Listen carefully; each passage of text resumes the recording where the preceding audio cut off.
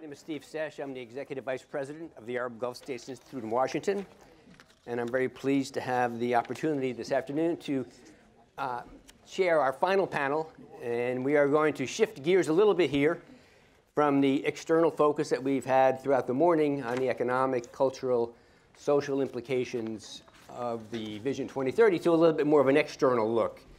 And I'm very, very happy to have with me three experts who I think will really help illuminate this issue in the course of the next hour and a half that we have allotted to us. And we'll leave time for questions. And again, as my colleagues have done, I thought I brought a card up. I did. These magic cards are on your tables. So please, if you'd like to ask a question, just fill this out, pick it up, and one of our staff will come by and pass it up here to us. And then we'll get those asked and answered. Let me introduce our panelists, and I will invite you all for further detail to look in our program where they have a lot more detail on the accomplishments and the pedigree of our expertise up here in the panel. But I'll start to my right with Tim Lenderking, who is the Deputy Assistant Secretary for Arabian Gulf Affairs in the Bureau of Near Eastern Affairs at the Department of State. And there are at least a few of us in this room who think that's the most important job in the entire State Department. But I'll leave that for someone else to decide. And then to Tim's right is Mohammed Salami, the director of the Arab Gulf Center for Iranian Studies. And Dr. Mohammed, good to welcome you. And finally, Christian Koch, the director of the Gulf Research Center Foundation. And Christian, a pleasure to have you with us as well. Again, I think what I'll try to do is begin this session with a bit of a framing question, if you will, to try to kind of create a sense of the overall impression that we may or may not have of how the Vision 2030 will affect and impact Saudi foreign policy. And what I'm going to do is maybe perhaps take a little bit of a look at the tension between ambition and capacity. And my question then for our guests is, what we've seen in recent years is a much more assertive Saudi Arabia in terms of its foreign policy. We see this certainly now more than 2 years down the road in the conflict in Yemen. We see it with engagement in Syria. We see it with overtures to Russia. We see it in a number of places around the world. So there is a real sense that Saudi Arabia is stepping out, picking up responsibility, taking care of its own neighborhood, and policing its own affairs in ways that was not always the case.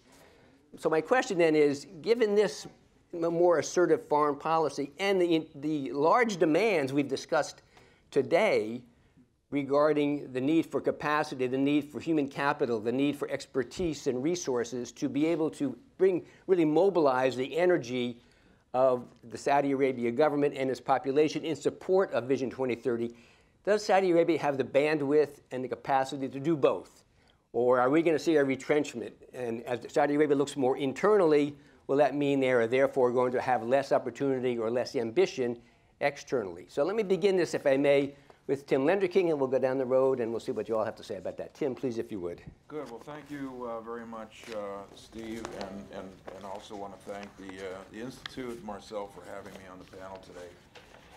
My first thing I think I would say in response to that question is that the region itself demands a more muscular foreign policy by the members of the neighborhood, and I think, you know, the previous administration asked for that and looked for that. And while the term that's being used now by the new administration is burden sharing, I think that what we're talking about in terms of more muscular engagement is part of that. And you can look at the case of Yemen as one example, although I would argue that the Yemen conflict, while conventionally tagged as the war of the Deputy Crown Prince, I think would have been an endeavor that Saudi Arabia would have engaged in any case, regardless of changing faces. And that's because I think at that particular time, the Saudis felt that there wasn't anybody standing up to Iran in the region, and they didn't feel that we were doing that either. And so I think that when they had a Houthi takeover of the capital of Yemen a couple of years ago, I think they felt that they had to respond, and they wanted us to be part of that effort. I was in Riyadh at that point as the deputy ambassador and was very much engaged in, you know, a lot of those discussions. We were wary of the Yemen conflict. We still are in some cases, but we've also really pivoted. I think this is probably the most dramatic thing of, you know, aspect of our new foreign policy in the Middle East is the pivoting or resetting, if you will, of the relations with the Gulf countries. And So you do find that evidenced, I think, in a very dramatic way by the president's decision to make Riyadh his first stop on an overseas visit. That's coming later this month. There are many pieces, very active engagement going on with the Saudi leadership about what that visit should look like. We can talk more about that. But when you talk about the question of bandwidth, the first thing that I would note is that there are an extraordinary number of very capable Saudis in the mix. We've just had one as our keynote speaker here, but you look at many of the members of the Deputy Crown Prince's team, the economic team that he has assembled around him, you look at the Crown Prince, and a very, very strong track record of partnership, you know, with the United States and success in key areas of security for the kingdom and for the region. And I also think you've had tremendous leadership at the top of the country as well, if you go back to King Abdullah and then to King Salman again. And so you take that piece, I think is very important. I think a lot of Westerners, a lot of Americans don't understand how much quality there is in terms of decision making. Now, decision making may be quite stovepiped. There may be few ultimate decision makers at the end of the day. But there's a high quality of talent, not just people who are U.S. educated, though many of them are, but high quality of talent in the decision-making process. And I think the other component that you have to factor in here is how volatile and how dangerous the neighborhood has become. So the pressures that are on the kingdom as a result of the rise of the Islamic State, or Daesh as we conventionally call it, ISIL, ISIS, is a huge factor. The fact that the Iranians have not really stopped their aggressive use of proxies and other elements to stir up trouble in the neighborhood, and whether it's in Saudi Arabia or Yemen or Lebanon or Bahrain, and our sense, I think, is that the nuclear agreement was a very good thing, but it didn't address this particular basket of very troubling issues. So I think we need to be looking at that, and I think the new administration is doing precisely that. Great, thank you, Tim. And we will circle back to some of the issues of U.S. relations and also the Iran question in a moment. And let me turn to Mohammed and ask you for your perceptions of the challenges that an ambitious foreign policy may run up against as Vision 2030 is implemented. Yeah, thank you. I would like to thank Ambassador Wahba for inviting me. And I think if we want to look and understand the situation now in the region, we have to look back a bit to 2011, what's the so-called Arab Spring. What happened in Syria, in Iraq, in Egypt, in Yemen, and in other places is very important to Saudi Arabia. After that, what we've seen in terms of Iran expanding its policy, trying to control areas in the region, especially in Gulf States, Iraq, Syria, and Yemen, is another important factor. The nuclear agreement, 5+1, is another factor because it didn't stop the Iranian intervention in the Arab internal affairs. And the others, actually, they became more aggressive in the region after the nuclear deal.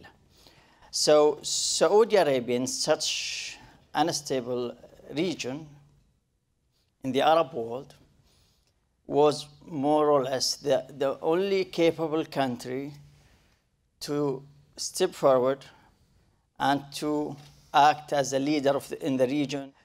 From this, Saudi Arabia has to take an action, especially after the Iranian reaching out to Yemen, and the Houthi became, and Iran. When we are talking about the Houthis, we are talking about Iran more or less, and the Revolutionary Guard on the southern border of Saudi Arabia.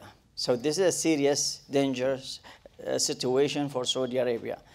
And from there, Saudi has to take an action, and that's what we've seen, what they call the decisive storm, to limit this action. Just we have to imagine, see, what if Iran controlled, or the Houthis controlled the whole Yemen? What will be the situation in the region and for Saudi Arabia and GCC countries? So this is, I think, an important issue to address, to understand the situation in the region and why Saudi, some people say it's become aggressive in the region.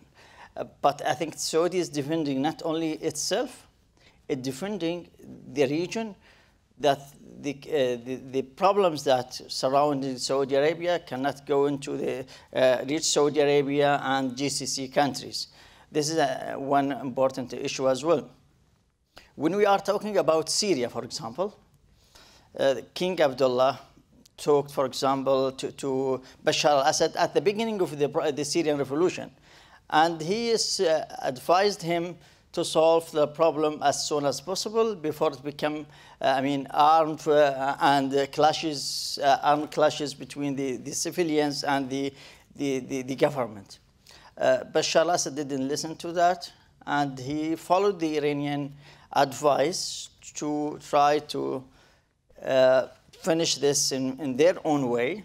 But as we see now, it's more problem than if they listen to the Saudi advice and solve the problem and make the reforms that we're asking, very low reforms. That's not big issue for the government. They could solve a problem at the beginning, but as we've seen now, more than 600,000 people have been killed in Syria, kids and women and civilians from different social levels. So when Saudi now Saudi has the 2030 that you've talked about, it's 2030 vision on the local level, and again, it has own policy, the foreign policy, and to deal with the dangerous situation in the region. I think there is no contradictions, because if you want to be successful inside, you have to protect your borders. You have to make the region more stable, to have, better relationship with the neighbors, because they have their own shares in the 2030 initiatives and projects. So from this point of view, I think Saudi works in this, what we see now in Riyadh, was a big workshop in Saudi Arabia in different levels on one side, and at the same time try to solve these problems in the region, try to limit the danger in Yemen, try to find ways to resolve the Syrian problem. Great, thank you, Mohammed. Christian, your perspective on the likelihood that Saudi can continue to be this assertive kind of protector, if you will, of regional security issues. Okay. Well, first of all, thank you, Steve, and I want to add my voice, of course, of thanks to the Arab Gulf Institute. It's a great event. You brought a lot of good people together, and excited to be here, and thanks for the invitation. I think when you look at foreign policy, you have the same issue as with Vision 2030. I don't think it's much of a choice. I think you have to develop that capacity. As Tim rightfully said, the Middle East is falling apart on everywhere, and Saudi Arabia is facing an increasingly difficult situation, and there are just multiple issues out there that need to be confronted, that need to be tackled.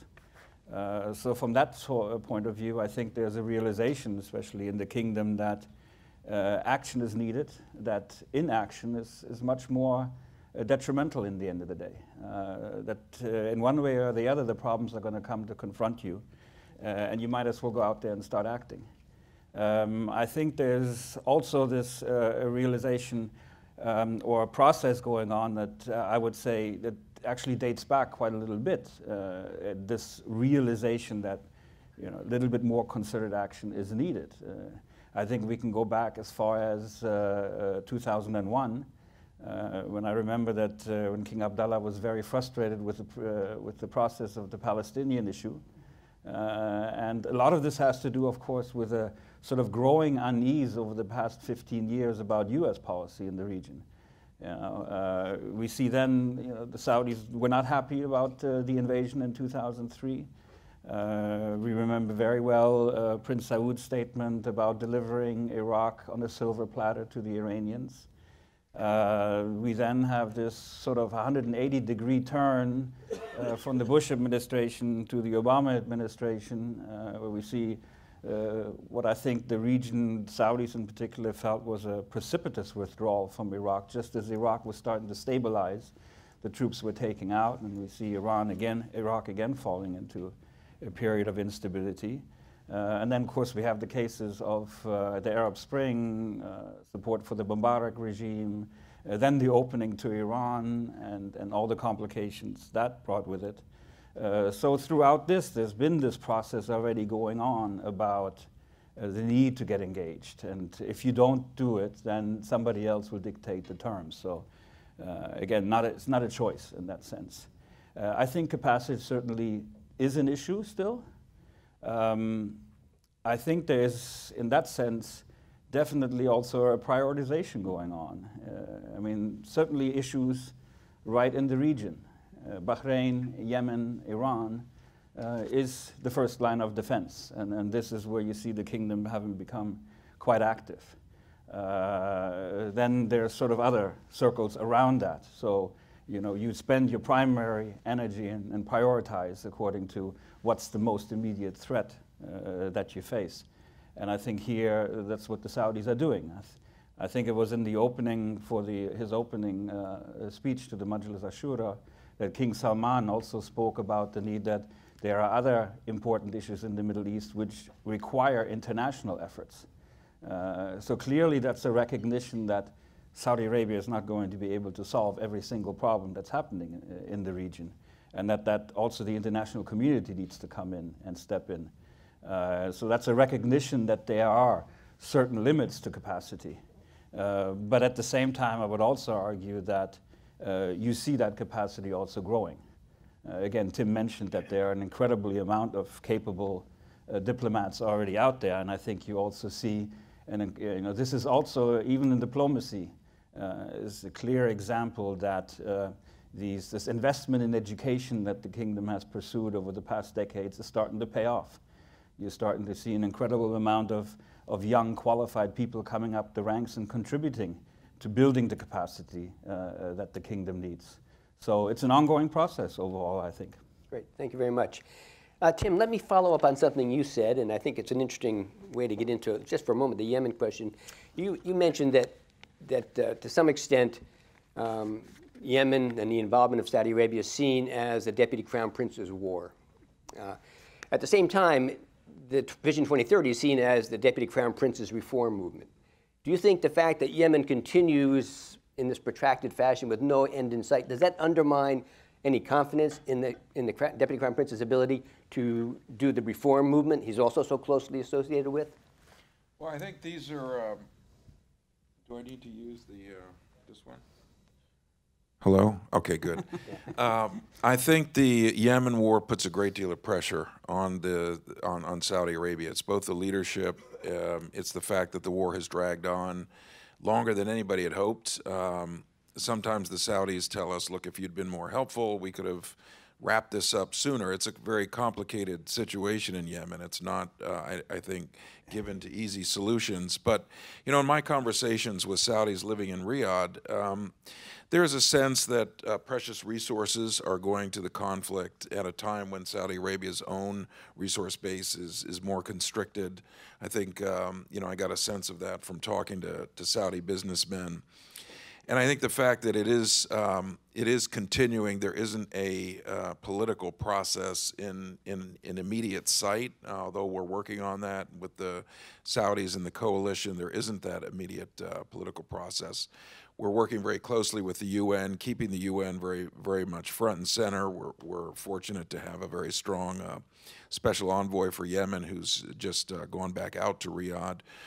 And we're looking for every opportunity to get parties talking. I think our vision of how this thing ends is maybe less robust than Saudi Arabia's in the sense that we need to get folks back to the table. Ultimately, I think our view is minimal, you know, Iranian presence in Yemen. That's not going to happen overnight, but that is a long-term goal. Our view is that they could be there diplomatically, but they have no business, you know, backing the Houthis to the extent that they do. And that's continuing to create problems. I think Prince Faisal mentioned earlier the concerns about weapons coming into continuing to fuel the conflict. So what you're seeing from the new administration is a more robust engagement with Saudi Arabia. certainly a tilt toward wanting to support the coalition. Even though we recognize it's not going to be won on the battlefield, we continue to discourage the idea that this thing is going to be slugged out, along the border. But, the fact that that the Houthis continue to aggress the Saudi border on a regular basis is really very, very troubling to us. And so I think we're talking with the Saudis both through the Defense Department. General Mattis was out there just 3 weeks ago talking about the Yemen issue. But how can we build more support for Saudi Arabia to defend its territory? That's been a fundamental principle of our foreign policy toward Saudi Arabia since the founding of the modern state. We need to act on it, and so there's, I think, a more vigorous discussion going on with the Saudis now about how we can do that. To get the aggression off the border, and then eventually, push toward a political solution. Great, thank you. Christian, let me ask you that question from maybe a more European perspective. You spend a lot of time there. Do you find that in Europe, investors' confidence is being at all shaken by the ongoing Yemen war, the inability of Saudi Arabia decision makers and leadership to bring this to a close, or is this seen as, again, something they have to do and are doing the best they can with a situation they couldn't possibly ignore? Well, I think from a European perspective, it's mostly seen as an unnecessary war, that Saudi Arabia sort of jumped the gun, and it didn't need to undertake the coalition effort. And therefore now it's almost like, well, the Saudis are getting a part of their own mistakes that they made, that they're paying for it now. I don't think that's accurate. Again, I think there's a failure to really understand the motivations of why Saudi Arabia needed to take the action in Yemen. I think there's a little bit of a feeling in the kingdom that also, maybe that Saudi Arabia was at one part a little bit abandoned on the Yemen issue. That we did have quite a good effort in 2011 with the support of the European Union and with the support of the US to bring about the transition of government, which then led to the national dialogue process. But that as soon as that had happened, that basically it was the GCC out there left by itself to try to continue with that, and especially the Europeans sort of withdrew and didn't pay much more attention to what, of course, needed to be a continuing political process. And I think this is where also we need a little bit more considered action. I mean, I'm happy to hear from the US that this is being considered at the moment. But I think the Europeans also need to be much more active on the political front, also to exert more pressure on the Houthi and the Saleh camp that they're not going to get all their demands when it comes to looking for a political process. I think what is not properly understood in Europe is that Saudi Arabia didn't want this war, that the Saudis are very conscious that there are a lot of costs involved with the continued campaign. On all fronts, economic, human, etc., etc., and that therefore the Saudis are very much interested, of course, in a political solution. But that realization really hasn't filtered through all levels of European decision-making. Interesting. And Mohammed, from your perspective in Riyadh, do you have a sense that your government is trying to create a greater understanding, if you will, among the international community of the imperatives you responded to in Yemen in order to create momentum that will help bring the Houthis to the negotiations table? Yeah, I think it's with the limited options when the decisive storm started, Saudi had to take that action, because even the Saudis tried their best, did their best to solve the problem in a better way. For example, just before the decisive storm started, Ahmed Ali Abdullah Saleh, the son of Ali Abdullah Saleh, was in Riyadh. And they asked him not to go to Aden, for example. Just don't try to control the whole land of Yemen. They didn't listen to that. They continued to control the whole territory of Yemen. And for that reason, Saudi started the decisive storm. Now, I think Saudi still look for the political solution. and according to the 2216, I think 2216, and as well to the Arab initiative, the GCC initiative, as well as the national dialogue in Yemen. I think it's a better option for Saudi, for Yemen, for the GCC, for every country to resolve this problem in a political way. But again, at the same time, you cannot leave the country, this chaos, and just trying to find the political solution, because the danger will be more for the Saudis than it was. So, because as we've seen, and Prince Faisal talked about it, Iran's still sending weapons to Yemenis, to the Houthis and to Ali Abdullah Saleh militias. And we've seen lots of missiles fired to Saudi Arabia, to Mecca, to the southern part of Saudi Arabia. And this is at least, I think there are more than 39 missiles attacked Saudi Arabia during these 2 years. So this is a dangerous situation.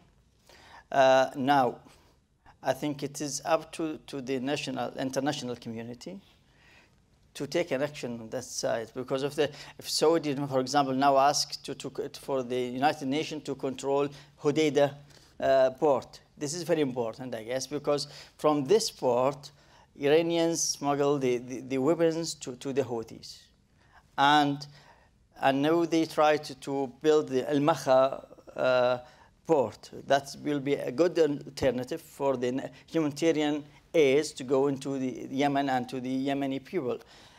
If the international community doesn't take action on this and accept the Saudi suggestion, I think it's not only Saudi, it's the coalition actually suggestion. I think it will continue facing the same problem, and the Houthis trying to belonging the war, the Ali Abdullah Saleh, I think this is a target for him as well, to make it more difficult for the coalition, for the Saudi government to stop the war and stop the Iranian interfering in Yemen. Great, thank you, Mohammed. Let me turn then, if I may, to the question of President Trump's upcoming visit to Saudi Arabia, and see if we can draw out a little bit of your sense, your collective sense of kind of what we're looking for, what we might expect. And let me start with Christian, because you mentioned a moment ago, Christian, that, and this is a commonly held perception, the Middle East seems to be falling apart in many respects. Now, I have a sense that as part of this kind of reset that we're doing with, the U.S. is doing with Saudi Arabia, we are looking at a larger scale role for Saudi Arabia in helping to calm this sense of impending chaos, if you will, or certainly the drama that has certainly encompassed the region. Do you imagine, or can you imagine, how Saudi Arabia might grow in this role, and how the U.S. might want to encourage it to be part, an anchor, if you will, of a larger defense alliance that would bring some sense of management to a, certainly at the moment, unmanageable area? Well, I mean, this is a process, of course. It's going to depend a lot on becoming a little bit more specific on the areas where the Saudi Arabia is also looking for greater support from the U.S. I think definitely I'm a little bit concerned that maybe the expectations from the kingdom about what the new administration is willing and capable of doing in support of the kingdom and in regard with regional issues may be a little bit too high.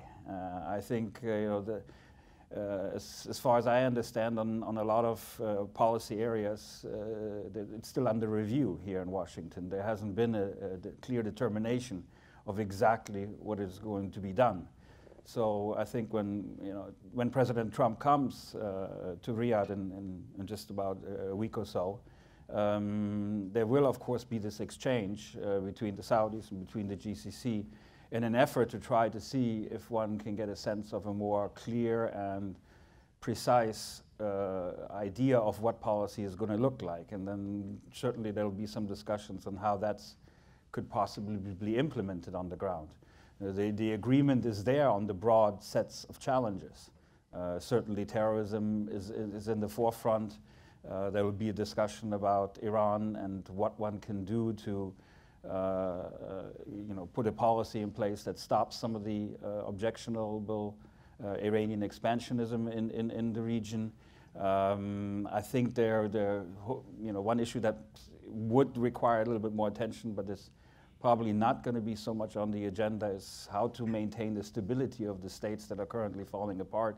So maybe more focus on the role that the violent non-state actor in these countries play. But I mean, it's very much in the open, and we'll have to see. So at the moment, it's still about, can the momentum that was created when the Deputy Crown Prince was here in Washington, can that be sustained? Is that going to be another message that, yes, we're going into the right direction, but a lot of question marks about what that precisely means on the ground? And I agree with you. I think it's just early in the process, and there's a lot more to be said about it. But Tim, let me ask you then, and Christian makes a point that perhaps the Saudis have very elevated expectations at the moment. I mean, there is a sense of, thank goodness we've got a new president in the White House who understands us, is willing to work with us. So now all the roadblocks have been removed, and it's a straightaway forward, full speed ahead.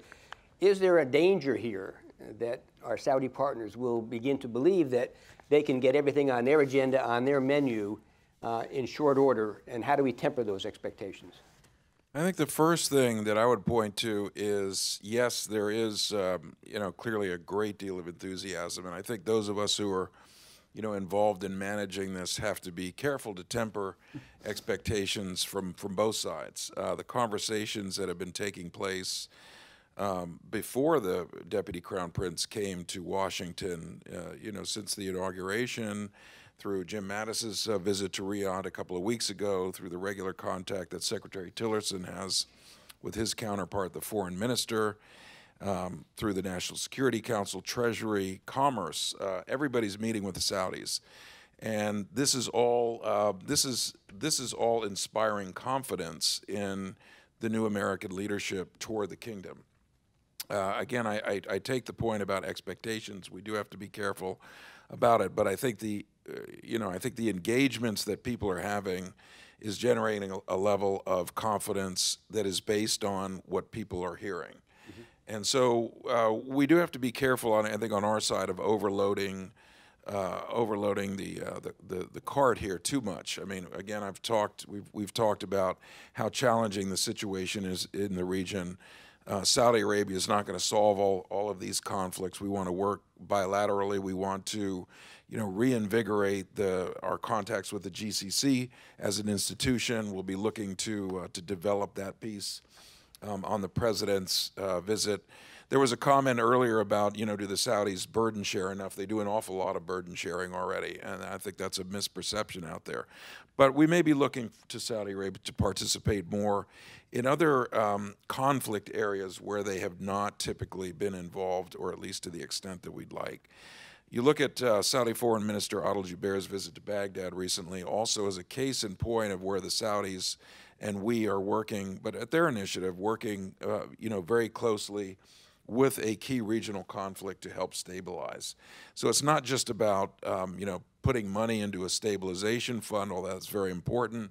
It's not just about putting money into helping Syrian refugees, also very important, and the Kuwaitis are a big leader in this respect. It's going to be the diplomatic engagement that the Saudi leadership that we're going to be looking for the Saudis to take on. But I think the key piece here is that the dialogue, the conversation, is at a very high pace, and that's generating a huge amount of goodwill. Now we have to put it into practice.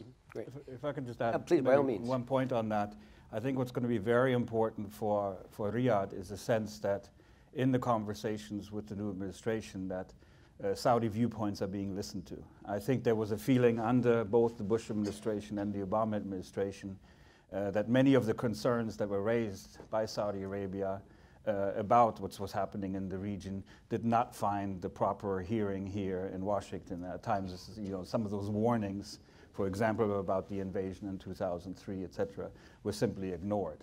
So I think this is going to be important, that I think the Saudis are certainly ready to do their share, but they're going to have to feel like, okay, this time, yes, this new administration is taking our viewpoint seriously and considering that in terms of how to develop common policies. Mm-hmm. Great, thank you very much. And Mohammed, along those lines, when President Trump goes to Riyadh and meets with your leadership, I have a sense that the agenda is going to be very focused on counterterrorism cooperation, both bilaterally and regionally.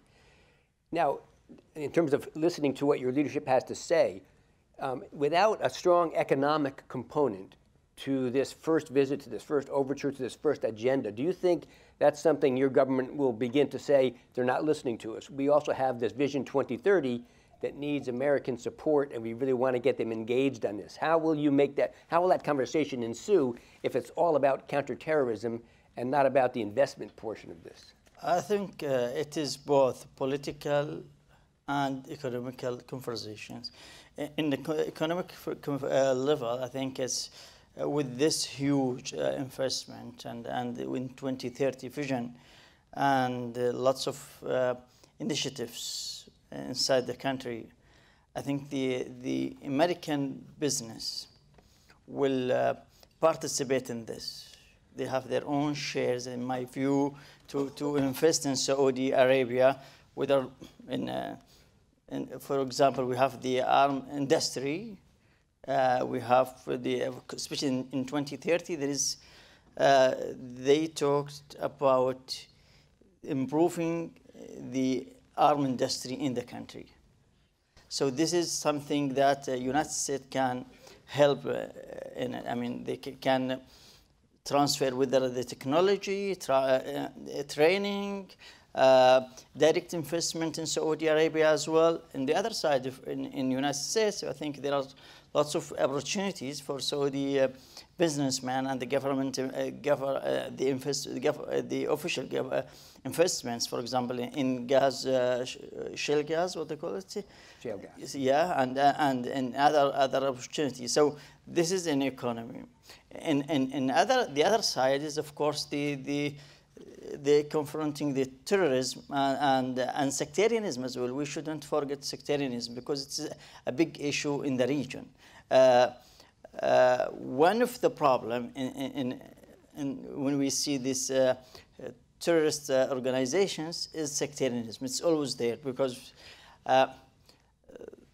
for example, in the previous administration here in the United States focused on one side of terrorism, which is ISIS, Al-Qaeda, and those groups.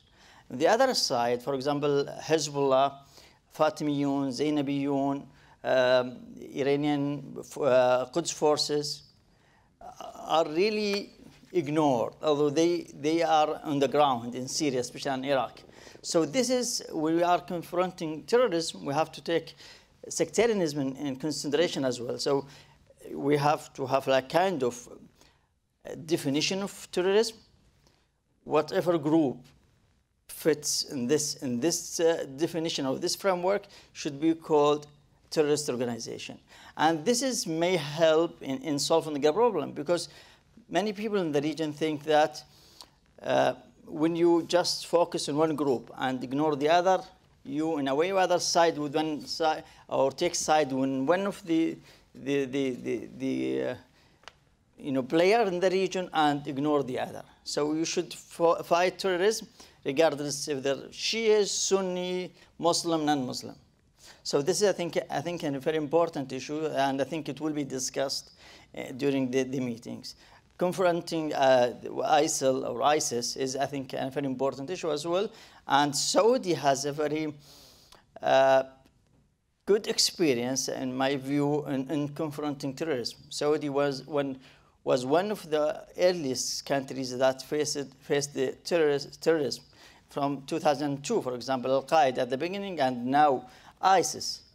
So they have a very good experience in confronting terrorism, and this may help in solving the problem in Syria and in Iraq and in Yemen as well. Yeah. Great, thank you. Let me follow up on that, Mohammed, for a minute with you. Of course, President Trump will make another stop in the region, and that is in Israel. Yeah. And there's been a lot of talk here in Washington about an alliance, perhaps, between Saudi Arabia, other Arab states, and Israel to confront in terms of counterterrorism alliance and cooperation, as well as Iran, seen as a common enemy to both Saudi Arabia and Israel. Yeah. Do you think your government is prepared to move forward to build a relationship with Israel in advance of a settlement of the Palestine issue? I think Saudi Arabia had the capability to do with some conditions, I guess. For example, we had the 2005 Arab Initiative that was, suggested by Saudi side, and then became an Arab Initiative.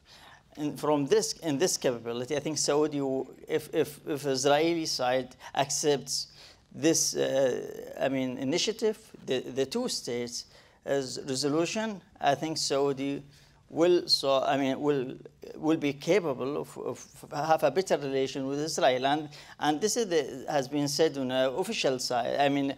Level. Not only we are not guessing here. I guess it's very direct forward that if Israeli accepts the Arab Initiative in 2005 with King Abdullah, and Saudi has no problem in having to have a better relation with Israel.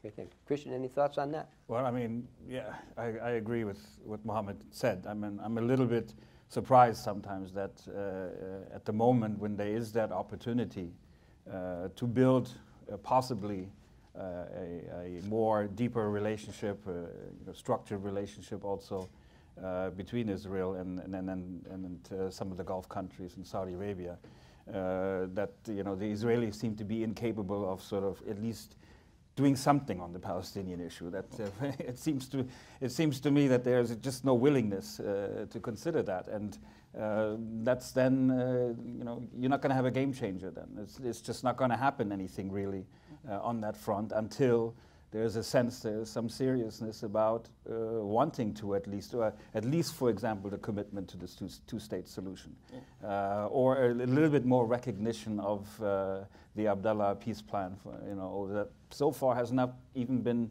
really recognized at all. There are some voices in Israel that I've heard that have said we should have reacted initially to that peace plan coming a little bit more forward. But again, until you see some movement on that front, I just don't see any breakthrough that we can say in terms of better ties. Mm-hmm. Fair enough. Tim, this morning, Dr. Abdulaziz talked a little bit about JASTA and its ability to be an impediment to better relations. And this is the law now. There are cases moving through the courts now. How do you address this? How does the department address this? And how do you calm Saudi anxieties about this being some kind of a monkey wrench in the works that we just can't get out of the spokes? Well, at some point, I think we're going to have to come back to the issue. I don't think the moment is right now in terms of our engagement. We're working on lots of other things that are huge. We were working with the Under Secretary Kerry, working very hard to try to get this solved before the end of the last administration, introduce legislative fixes that would have changed the whole tenor of this discussion. We didn't succeed. So we know the irritant is there. It's a sore spot, and I know that we will have to come back to it. I think our view is at the moment is just not now. Let's work on these other things which are generating a huge amount of positive, of goodwill and confidence in the relationship, and we'll know the right moment to come back to this.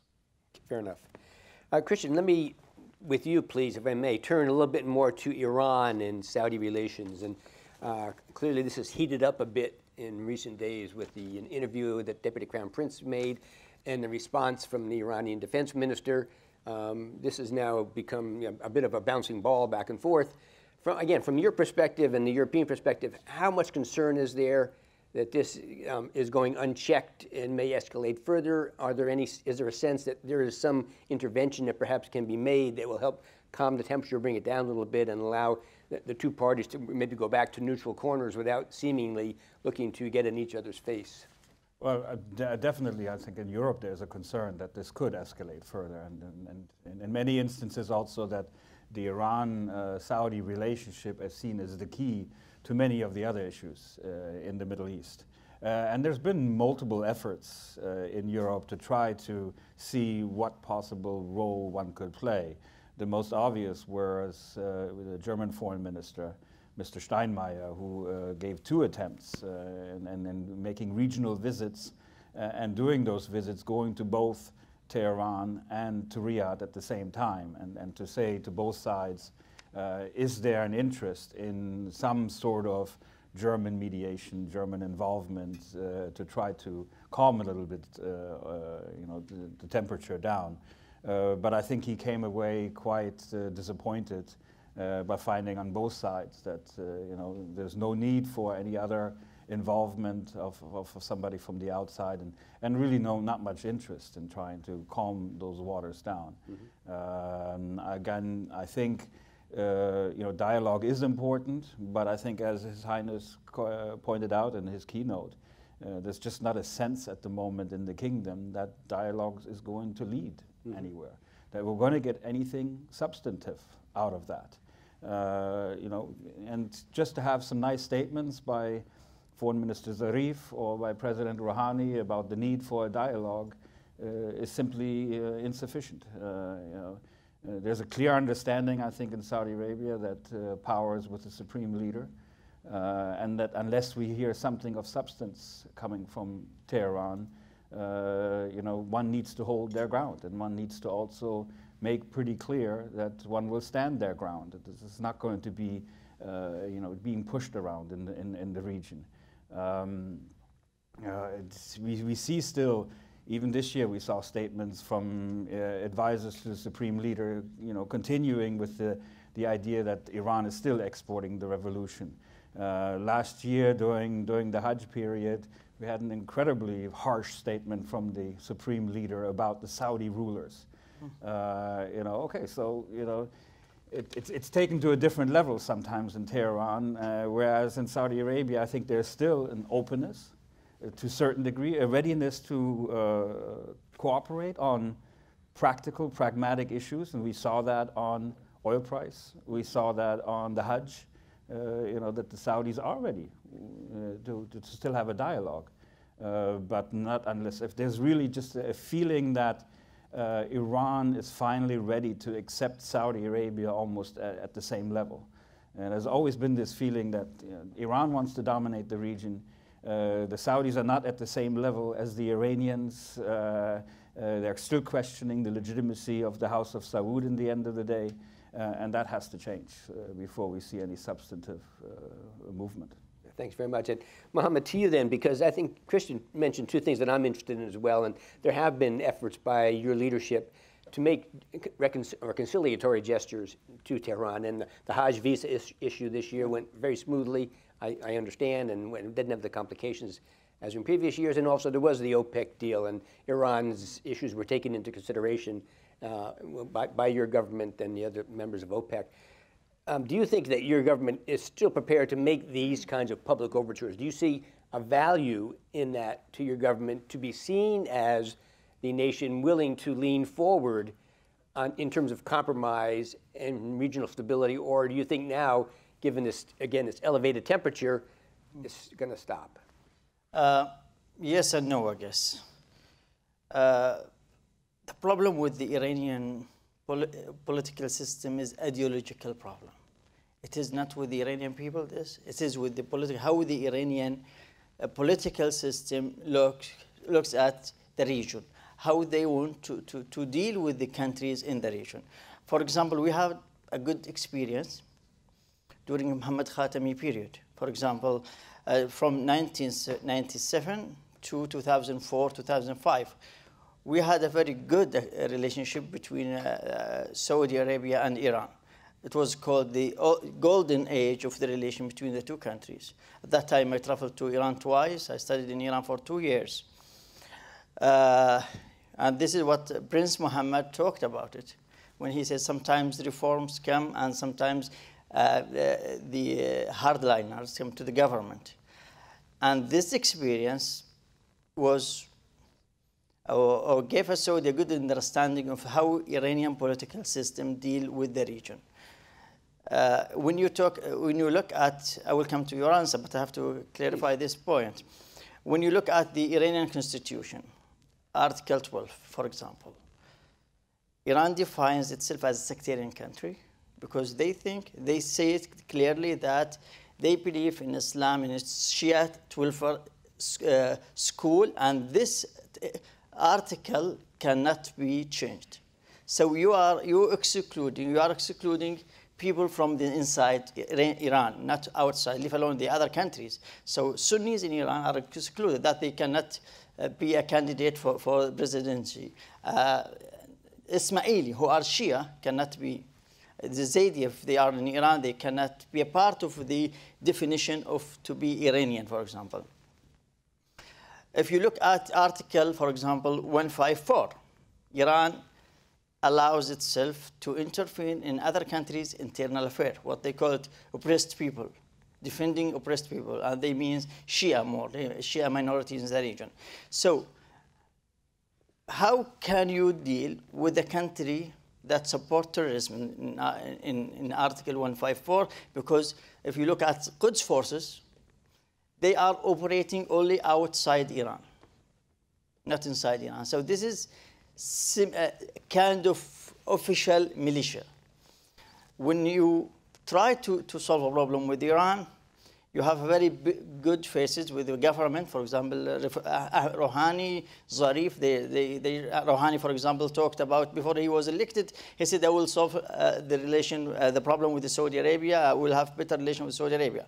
When he came he was elected, the relation was getting worse, actually, not better, because he cannot do much. Two things in Iran that the president cannot do anything for it. One is foreign affairs or foreign policy, and the second, national security.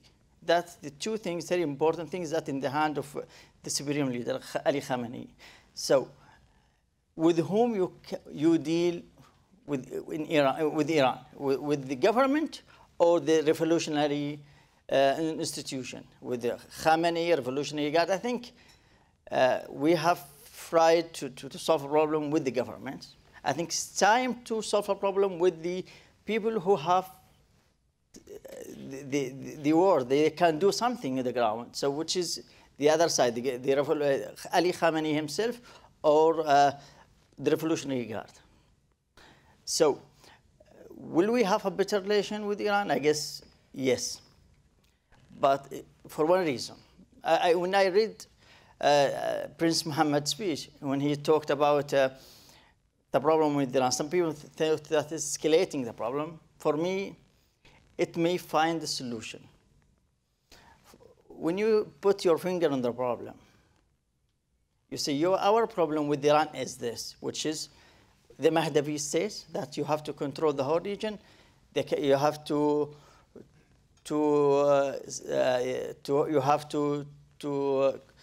be the leader of Islamic countries. You have to, the region has to be in chaos before the hidden imam appears.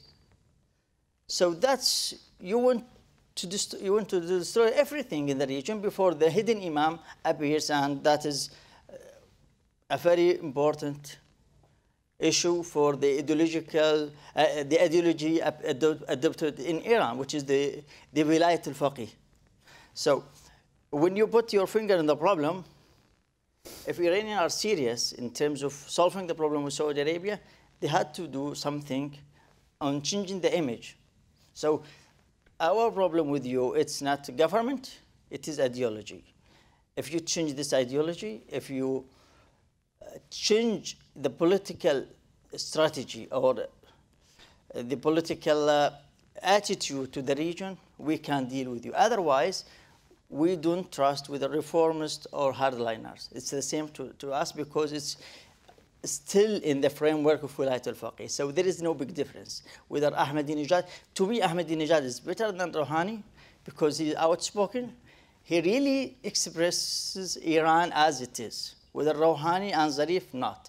They are trying to be more diplomatic, to just talk, but they don't do anything on the ground. And this is the problem. If I can maybe just add an example to underscore a little bit what Mohammed was just talking about the difficulty. We as an institution, the Gulf Research Center, have actually conducted sort of track 2 talks with the Iranians and bringing Gulf Arabs and Iranians together. But from the very beginning, when we wanted to talk about certain issues, and these was mostly with representative out of the Rouhani camp. But when we sort of proposed, let's talk about Syria. Oh, no, we can't talk about that. We want to talk about Iraq. No, that's not an issue we can talk about. On all these fronts, it was, we have no power, basically, to talk about these issues. What they wanted to talk about is, well, how can we better the media relations and the coverage of one another in our media? But it wasn't really on anything in the end of substance that the GCC states were interested to talk about. And there's just a sense there's also no willingness from the people in the Supreme Leader's office and in that camp to engage in that kind of dialogue. Great, thank you. Let me turn for a moment, and then we'll open it up for questions, to another area of engagement, and that is kind of looking at the GCC itself and Saudi Arabia's role, and even to some extent how the U.S. views the organization and the integration of the peninsula now. Because certainly under the previous administration, there was a big push made to create a larger sense of unification, if you will, of integration. And President Obama even authorized the sale of weapons to the Gulf Cooperation Council, knowing full well there was no procurement mechanism to whom we could sell weapons. Mm-hmm. Is this still a push that you see being made, Tim? Are we still looking at trying to make the GCC some kind of a viable, good vehicle for integration that will strengthen the hand of its partner nations? Yes, it is. I think you'll see that reflected in the president's visit, that we still look to the GCC as a, sort of a force multiplier. We did have, as you point out, Steve, a pretty good set of working groups that stem from the Camp David summit in 2015, led to a very robust series of engagements on really sort of nitty-gritty issues, very practical, whether it was Iran or ballistic missile defense or counterterrorism, terrorism finance. All that was in motion, and that's still continuing at a good pace. That's not to say that there aren't differences between these countries. They all have their own histories, their own leaderships, their own cultural makeup, and different sort of approaches in terms of foreign policy. So I don't think we're trying to say that those should all disappear, but I think we want to build unity, and I think we will approach them both bilaterally and through the GCC mechanisms in an attempt to continue to do that. Thank you. Christian, do you have a sense of kind of how hard the Europeans are pushing for a kind of a revitalized GCC? There's a lot of talk about, again, as Tim mentioned, dissension among the member states, that they can't get in the same room with each other without seemingly thinking there's an argument about to be had.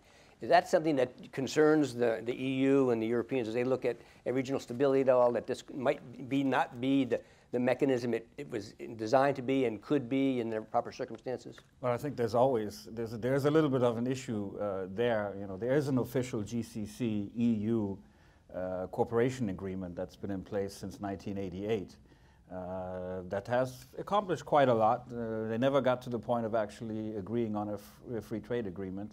Those negotiations have actually been suspended since 2007.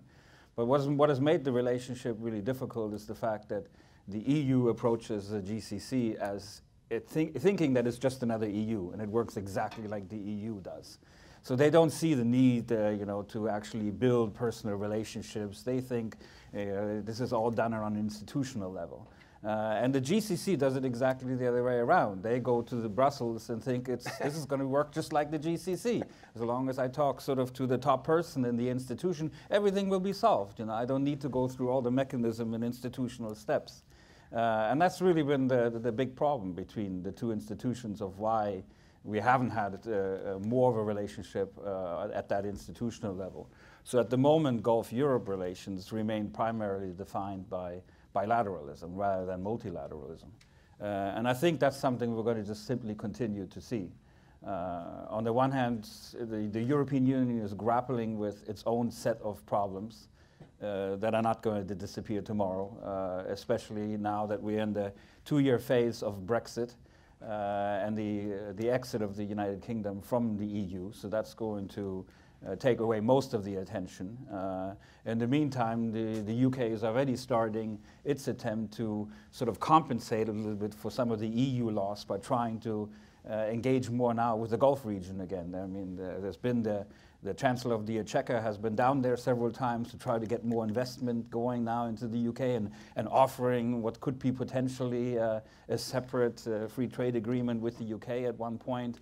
Of course, we have to understand that the UK cannot even start these talks until they have agreed how to separate from the EU. And so I think bilateralism basically is the main focus of where Gulf-Europe relations are going to be going. Mm-hmm. Great, thank you.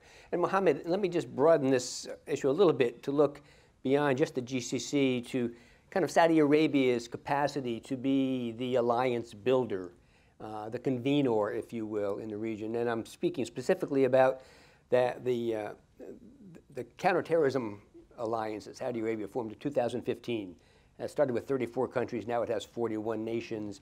It's been referred to as the Muslim NATO.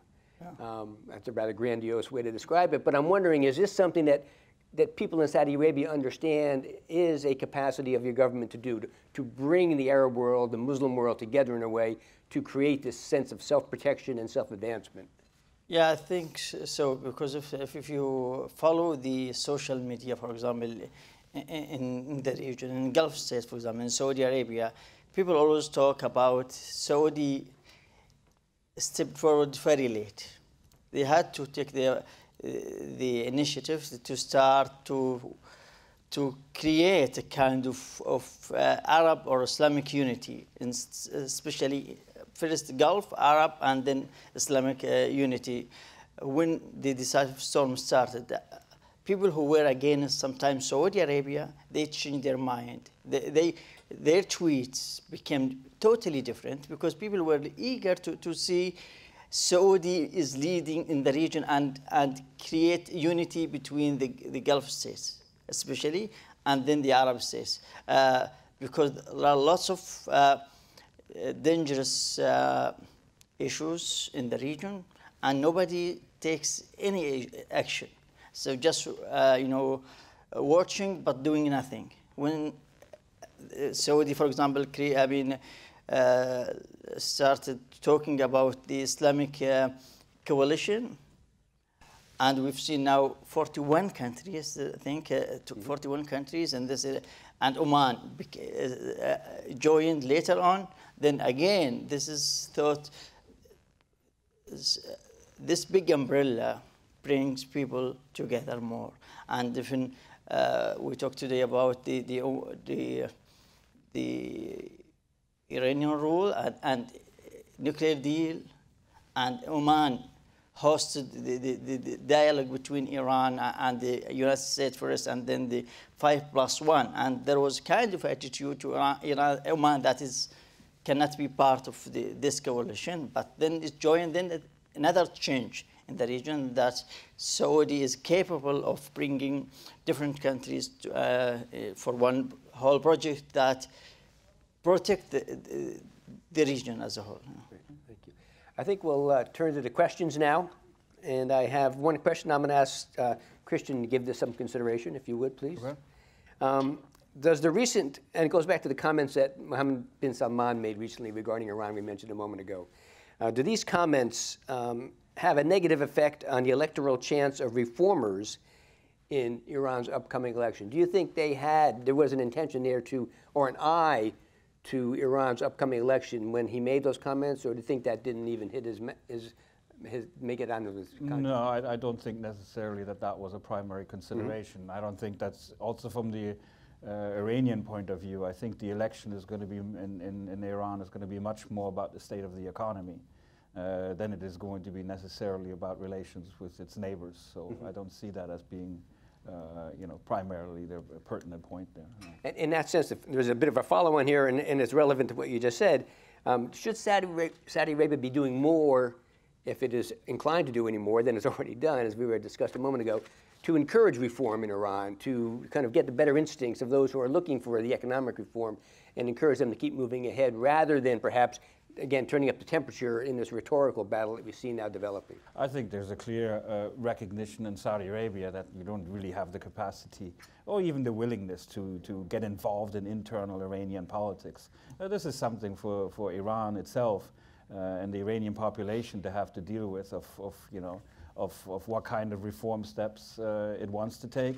I think there's a sense that, yes, of course, if Iran really wants to solve many of the current economic problems it faces, it should open up more. And in that sense, that would be an opening that also I think that the region would encourage in the end of the day. And I don't see that the GCC states would close its doors completely on the fact that if there was this opportunity to go ahead with it. But in terms of actually taking more of an active role, I think that's absolutely nothing that Saudis want to take on. Mm-hmm. Great, thank you. Mohammed, a question for you regarding the perception in Saudi Arabia and the region of the U.S. role.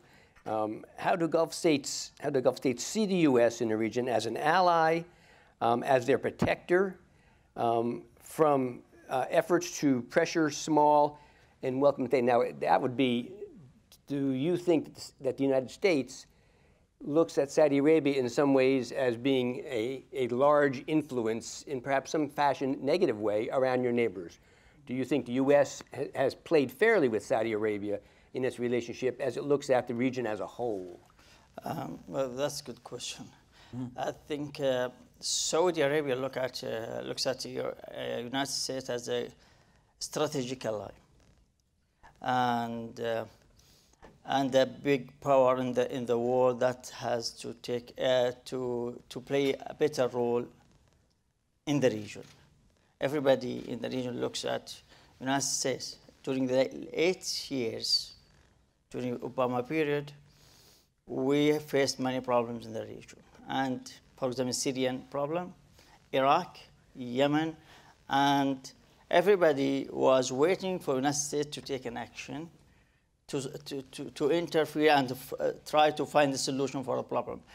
But United States, for example, if Obama talked about the red lines in Syria, if they use chemical weapons, we will take an action. And they didn't take any action. So that is affect the image of the United States in the region. Now, with the new administration, I think people are more optimistic that the United States can take action and play a better role in the region in solving the problems. I don't know if the image, how Americans look at Saudi Arabia, but I think it is,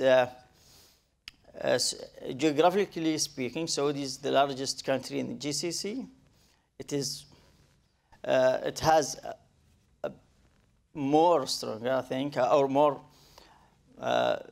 historically speaking, a relation with the United States than the other GCC countries, maybe with the exception of Oman, because we talk about colonialism, and if we talk these countries became independent countries since 1971, but Saudi has stronger and more historical relation with the United States. So I think Saudi is more capable for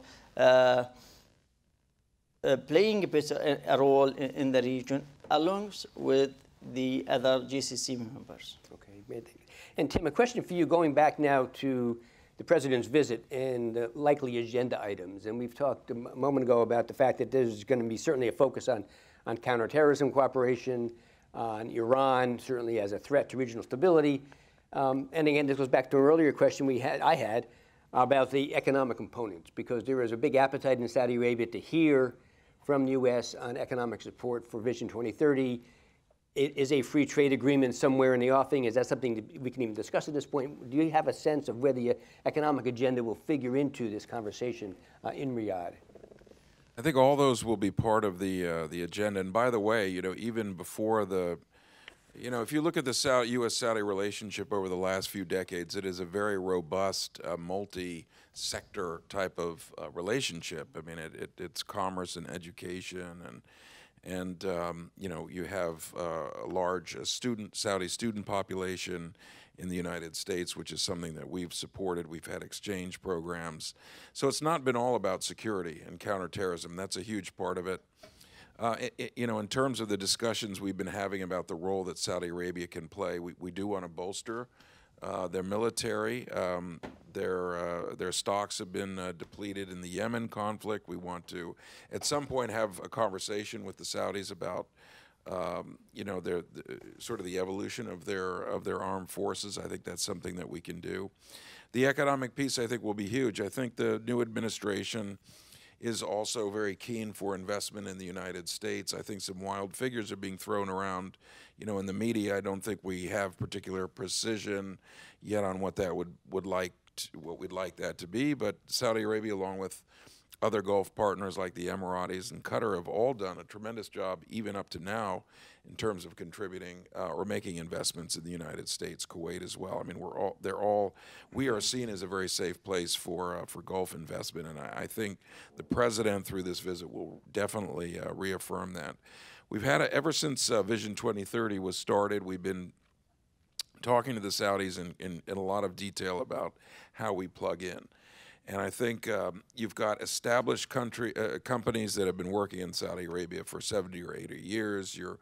Some of your bankers like J.P. Morgan and your Bechtel, your construction companies who are working on the Riyadh Metro and other projects. Boeing and GE, you know, hugely invested already. I think both sides feel there's more that we can do. You could look at more in the pharmaceutical industry, more on the educational side. So I think, despite the various constraints we see in terms of Saudi Arabia's economic posture, we see a lot of growth potential, and I'm sure that this administration is really going to be pushing that piece very strongly. Great, thank you very much. Okay, Mohammed, here's a question that only you can answer as our Saudi panelist. Okay, is Saudi Arabia hurting its own long-term interests by conducting a bombing campaign that destroys Yemen's infrastructure and institutions? Well, I don't know who asked this question, but Saudi is trying not to destroy Yemen because Saudi knows that it will rebuild Yemen. Saudi and GCC countries try to save Yemen, not destroy Yemen. It is our neighboring country. Saudi has been the largest contributor to Yemen investment, Yemen economy. In terms of aid, 50% of the international aid to Yemen comes from Saudi Arabia. If we take this, and today I read in the media that Saudi aid to Yemen is $8.2 billion. So with this huge amount and sum of money, do you think anybody thinks Saudi will destroy Yemen? Yemen is in Saudi Arabia. In our individual, if you go wherever in Saudi Arabia, you find Yemenis. In our daily life, in shops, in hotels, in supermarkets, everywhere you find Yemenis. Not only from now, after the problem, but historically, you find Yemenis in Saudi Arabia, and they live side by side. Before the problem in 2009, Yemenis used to do their shopping in the Saudi cities and villages. It was sad, especially with the Houthis and Zaydis, not the Shafi'is. So they used to cross the border very easily. So Saudi now try to solve and to save Yemen from the militias that they follow an external project to destroy Yemen and to make it very dangerous for the whole region, for GCC countries, for Saudi Arabia, for the international waters, for everything. That's Saudi, and with the coalition, they do their best to save Yemen and make Yemen more, in the near future, in a better situation, politically, economically, life standing. That's why they started talking about bringing Yemen into the GCC to be a GCC member. So with this, Saudi is not really, and nobody will think Saudi destroy Yemen. It try its best to save Yemen, and it will rebuild Yemen. Great, thank you, Mohammed. And this may be our final question, unless there are any more that are coming my way. I don't see any evidence that that's the case. So, Christian, let me give you the first whack at this. And it seems to go back to the question of how Saudi Arabia and the U.S. should cooperate in their efforts to contain Iranian aggression and Iranian mischief-making in the region. And it poses the question this way. Some have suggested the U.S. deter Iran's proxy aggression by threatening to strike Iran directly in response. Would or should Saudi Arabia adopt this strategy, and under what conditions? That is to say, unilaterally, as part of a regional alliance, or in partnership with the U.S.? Well, I mean, I think there's definitely a recognition and a realization inside Saudi Arabia that you're not going to be able to change geography. There is ultimately a way that one has to find a modus vivendi with Iran as a neighbor. There's also a realization, I think, in the kingdom that, you know, if we were to have another conflict, and if the situation with Iran would escalate to something on the military side, that most likely it's going to be the first region that's going to face the impact and the direct results of that and suffer from that is going to be the Gulf.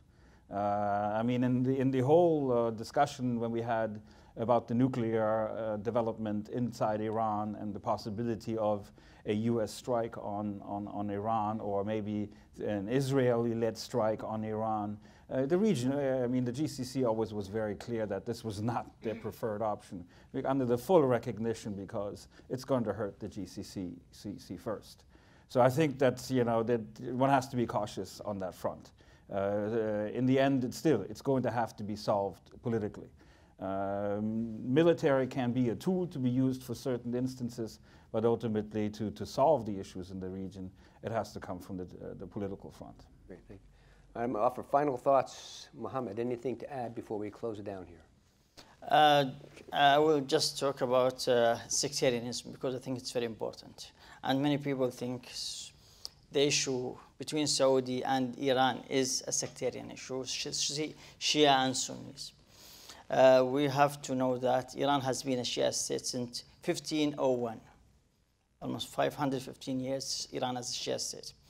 We had a very good relationship with Iran during the Safavi period, the Qajar period at least, and the Pahlavi period. I don't know if you know that in 1955, King Saud spent his holiday in Iran. Maybe nobody talks about that. So although Iran was a Shia state, nobody talks at all about this Shia-Sunni conflict. It is after 1979, with the ideology that comes from this new political system in Iran after the revolution, that people started talking in Iran, in Iraq, in Bahrain, in Eastern Province, Saudi Arabia, about the Shia-Sunnis. Intermarriage was there, coexistence was there. So if we just simplify the problem with Iran as a Shia-Sunni state, we'll find no solution. It is a political problem, it is an ideological problem, and from there we have to understand the problem, and if we understand the problem, we can find a solution for that. Thanks. Thank you, Mohammed. Tim, a final thought or two? I think with regard to Iran, I mean, first of all, we don't want a military confrontation. We're not looking to stoke that. We don't want to goad either side, Saudi Arabia or Iran, into any sort of military confrontation. At the same time, I think our role is to be very firm about Iranian aggression in the region. If Iran's going to harass our Navy or international shipping around the coast of Yemen, there has to be some sort of response to that. One just cannot tolerate that kind of situation.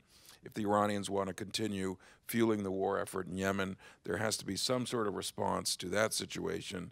If Iran wants to continue moving weapons at whatever capacity into Bahrain to give to Shia hardliners in Bahrain to agitate the situation there, surely that requires some sort of response. from us or our friends in some sort of way. So I don't mean that to sound bellicose. I think the idea is that people, our friends in the Gulf and we ourselves, want to blunt Iran from some of its worst tendencies. And ultimately, I think we very much agree with what Christian said. Ultimately, you've got to get back to a state of play where Saudi Arabia and Iran are in some sort of coexistence. I've been in the room with Saudi officials on many occasions who have made the points that Mohammed has made. This isn't about, dislike between the people. It's about an Iranian that's in an aggressive posture with regard to the region. And I think collectively, the more that we can put pressure on Iran to cease and desist without creating bloodshed, that's the goal. Great, thank you. And Christian, I'll give you, well, it won't be the final word, I'll have that, but you're welcome to offer a final thought. I completely agree on that front, that there has to be some form of coexistence, at the same time close coordination on what are Iranian positions that are objectionable to the region. That's the only way to move forward. Great. Well, Christian Koch, Mohammed Salami, Tim Lenderking, thank you so much. Please help me as I thank them all for their participation.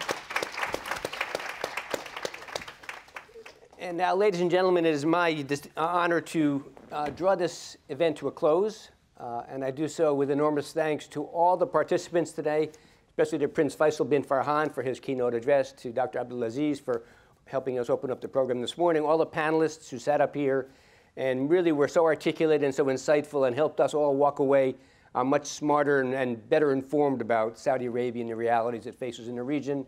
I want to thank the good folks at the museum for hosting us here today. And I really want to thank AGSIW staff for working as hard as they have over the past month or so to put this together. We're a small shop, and this was an enormous effort on their part. So if you see at AGSIW staff on the way out, give them a hug, please, okay? They could use one at this point. I'll give them a round of applause. So thank you all for joining us. I could say next year in Riyadh. I don't know. Who knows? We'll hope so. Something good might happen. Thank you all very much for joining us.